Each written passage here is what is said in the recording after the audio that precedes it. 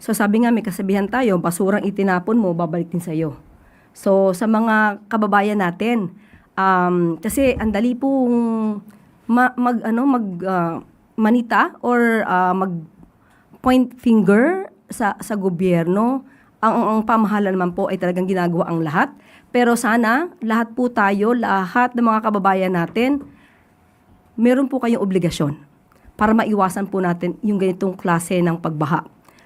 Marami po talagang basura nakikita para nagbabara. Nung nakaraang taon, may nakita po tayo sofa na nakaharang mismo sa daluyan ng tubig. Refrigerator.